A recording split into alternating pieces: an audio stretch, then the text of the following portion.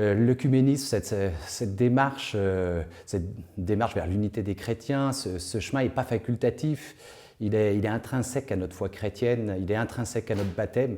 L'unité du corps du Christ, il est un appel pressant pour l'évangélisation, il est un appel pressant pour notre conversion personnelle aussi, nous croyons. La vocation du Christ, son incarnation, c'est de pouvoir conduire chaque homme au Père, à la vérité du Père.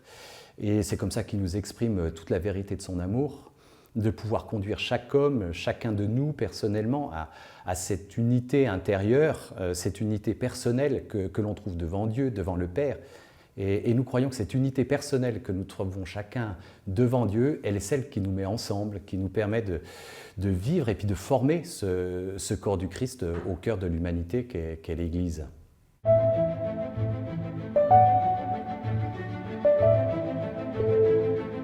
On vient de clôturer dans l'Église catholique cette année particulière de la miséricorde et nous commémorons en même temps ces 500 ans de la Réforme. Et il y a sans doute là un appel de l'Esprit qui nous conduit à revisiter l'histoire, à revisiter notre histoire blessée par notre péché, pour nous laisser saisir ensemble, conduire par le Christ.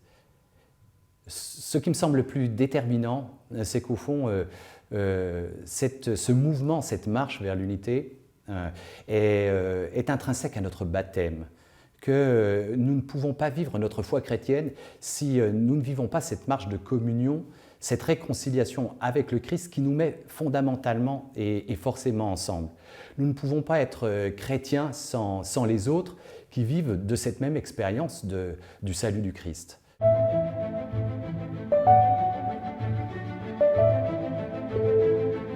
Je me souviens de cette parole du pape Jean-Paul II qui disait « Tout ce que nous pouvons faire ensemble, faisons-le ensemble ».